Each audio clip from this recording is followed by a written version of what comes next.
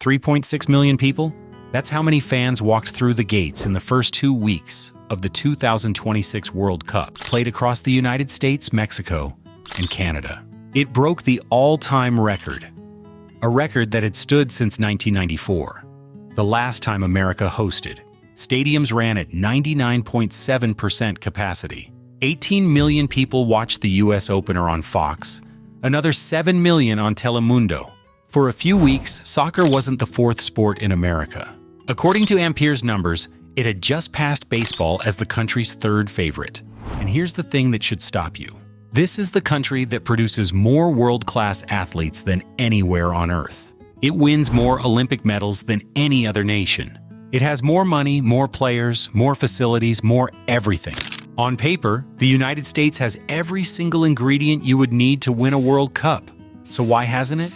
Why, decade after decade, does the richest sporting nation in history keep coming up short at the one game the entire planet actually agrees is the biggest?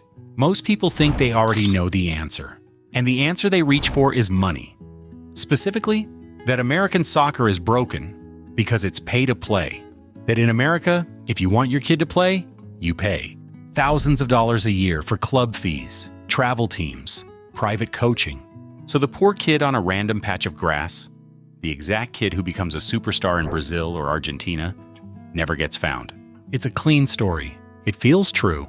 And it's the one American soccer fans themselves repeat out of real frustration. One of them put it perfectly online. The problem with America is they overcharge from the ground up. And there are probably some genuinely gifted footballers just chilling on a random piece of grass. Here's the problem with that answer. Pay-to-play doesn't just exist in soccer.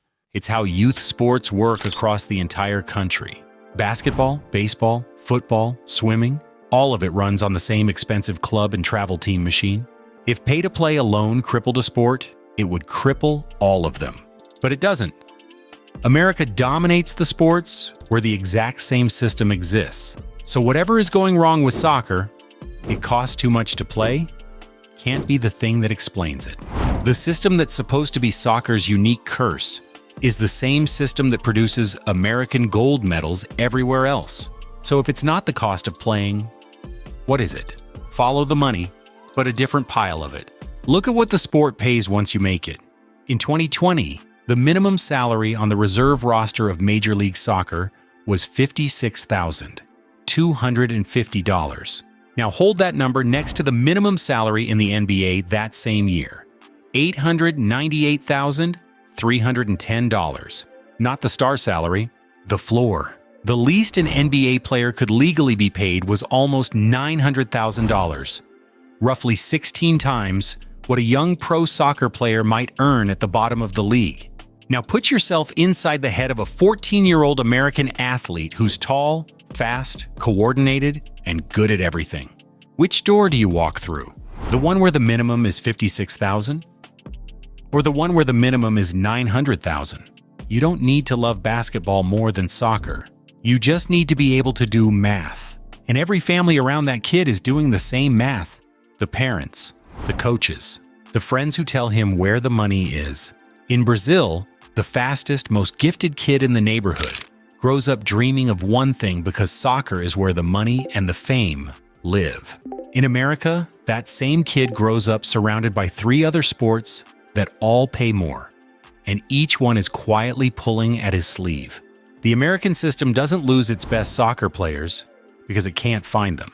It loses them because it pays them from the very beginning to go be great at something else. The talent isn't missing. It's been quietly redirected one rational decision at a time. But money still doesn't finish the story, because there's a deeper reason the athletes flow one way and not the other. And it goes back more than 100 years. The person who mapped this out is a University of Michigan scholar named Andrei Markovits, who spent his career on one deceptively simple question: why is there no soccer in America? His answer is a concept he calls the frozen sports space. Every culture, he argues, only has room in its heart for a handful of major sports. And which sports fill that space isn't decided by how good the game is. It's decided by timing, The sports that got culturally locked in before the First World War, the ones that became part of the national identity in that narrow window, stay dominant a century later. In America, that window was filled by baseball, football, and basketball. They didn't just win, they froze. And once the space is frozen, a newcomer like soccer isn't competing on quality. It's showing up to a party where every seat was assigned in 1910. This is why throwing money at the problem never quite works the way people expect. You can't buy your way into a frozen space. The seats are already taken, not by contract, but by 100 years of fathers playing catch with sons, of school teams and college stadiums and Sunday afternoons that belong to other games. A new sport doesn't just need better players or bigger paychecks. It needs someone to give up the seat they were handed at birth. And almost nobody does. Think about what that means. It means the problem was never really about soccer at all. The best young athletes don't drift toward football and basketball because those games are better. They drift there because those games got there first, took the money, took the glory, took the space, and never gave it back. Soccer in America isn't losing a fair fight. It walked in 100 years late. Now here's the turn. The piece that ties the money and the history together into something almost uncomfortable to look at. After the 2026 World Cup, a professor at the University of Southern California named Jeff Schneider offered what might be the sharpest single observation in this whole story. He said Americans are not okay with not winning. And then he said the part that lands like a punch. One of the main reasons Americans have never really adopted soccer is because it's impossible to dominate. Sit with that for a second. Soccer is the one major sport on earth that the richest, most athletic, most competitive country in the world cannot simply buy its way to the top of.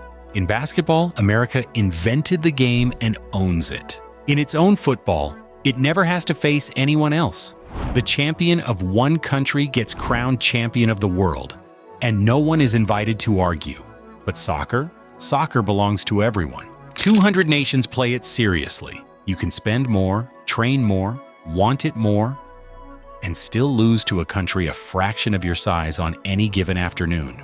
And to a culture built entirely on being the best in the world, a game you can't dominate isn't a challenge. It's a threat. Notice how neatly that closes the loop.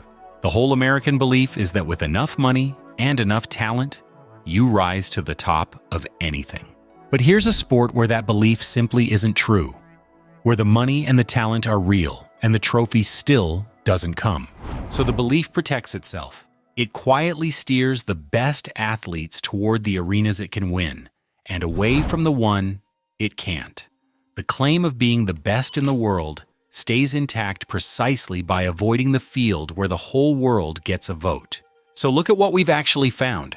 The reason America can't win the World Cup isn't that it's too poor to develop players. It's that the sport pays its athletes too little to keep them.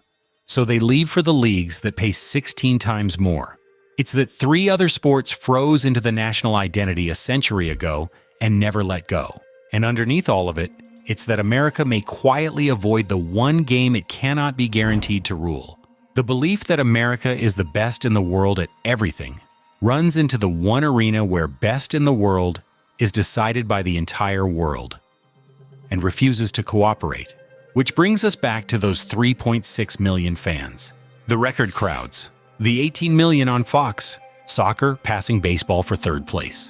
In 1994, America hosted a World Cup too, and everyone said the same thing. This is the moment. Soccer has finally arrived. Then the moment passed, and the space stayed frozen. So here's the question that actually matters, the one the record numbers can't answer on their own. America has every ingredient. It always has. The talent, the money, the crowds, the passion. The only thing it's never had is a reason for its best athletes to choose the game the rest of the world already chose. Give them that reason. And there may be nothing left standing between the United States and the trophy. It's the only country that's supposed to be able to win, and somehow never has.